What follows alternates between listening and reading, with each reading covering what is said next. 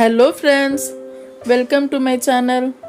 இன்றைக்கி நம்ம கேசரி பாத் ரொம்ப சிம்பிளாக 10 நிமிஷத்தில் எப்படி செய்கிறதுன்னு பார்க்கலாம்.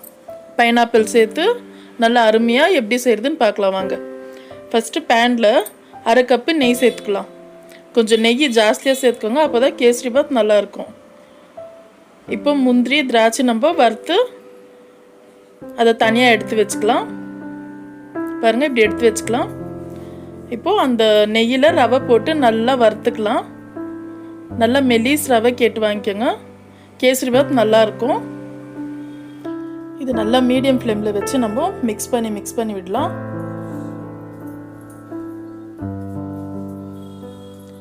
இப்போது நம்ம 1 கப்பு ரவிக்கு 2 கப்பு தண்ணி வந்து சூடு பண்ணிக்கலாம்.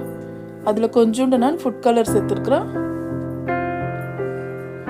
இப்போது அந்த தண்ணி எடுத்து மிக்ஸ் பண்ணிக்கலாம்.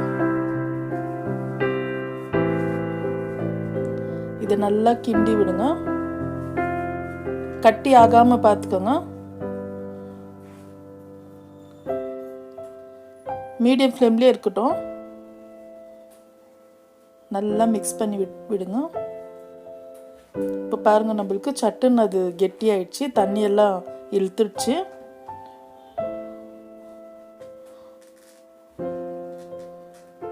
இந்த டைமில் நம்மளுக்கு சுகர் சேர்த்துக்கலாம்.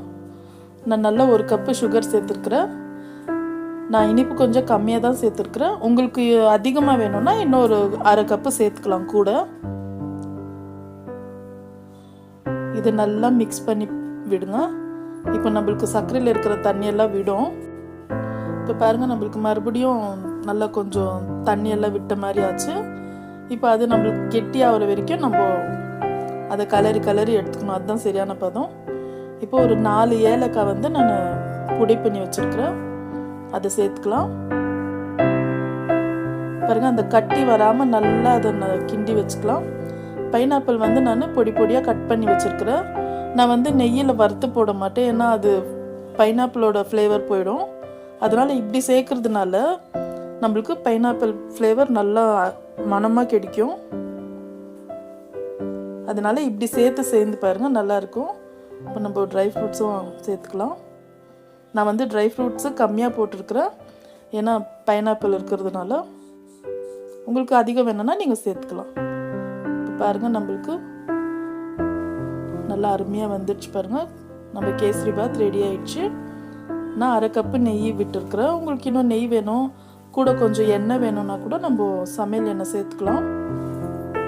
ஆனால் நான் எண்ணெய் சேர்க்கல. இப்படி செய்து பாருங்கள், ரொம்ப அருமையாக இருக்கும்.